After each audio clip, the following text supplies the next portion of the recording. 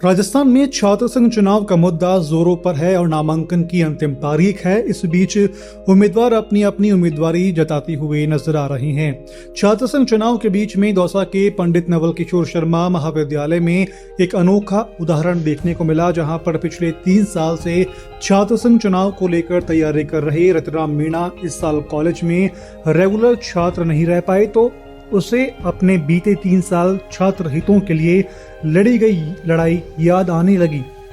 रतराम ने इसे प्रतिष्ठा का सवाल बना लिया, जिसके चलते वह चुनाव लड़ने के योग्य नहीं रहे। लेकिन उन्होंने एक रास्ता खोजा। उसने पहले तो सपना मीणा नामक लड़की से घर वालों की रजामंदी के बीच में सगाई की और अब पंडित नवल किशोर शर्मा पीजी महाविद्यालय में सपना मीणा को अध्यक्ष पद का उम्मीदवार बना दिया।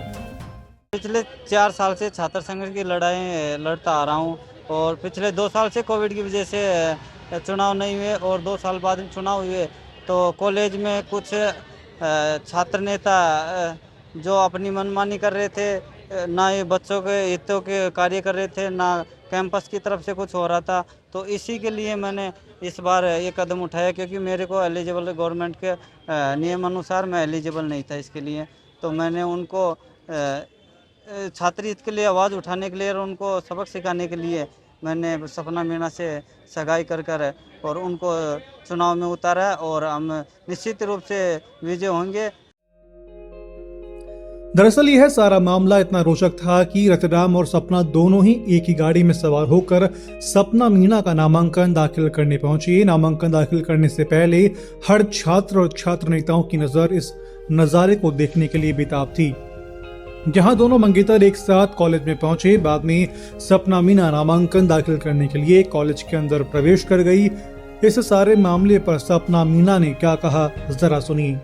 इन्होंने मतलब हमारे रिश्ते की 5-6 महीने से घर वालों की तरफ से बात चल रही थी और जब इनको जब इनको टिकट नहीं मिला तो फिर रिश्ते को इन्होंने जल्दी सगाई में बदल दिया, सगाई कर ली और फिर मुझे अध्यक्ष पद के लिए खड़ा कर दिया। और मैं सभी युवा साथियों से यही निवेदन करती हूँ कि मुझे वोट दे। और छात्र संघ चुनाव के अजीबोगरीब किस्से आपने कई सुने और सुनाए होंगे, लेकिन इस जैसा और रोचक किस्सा जो हकीकत है आपने भी शायद पहली बार देखा और सुना होगा।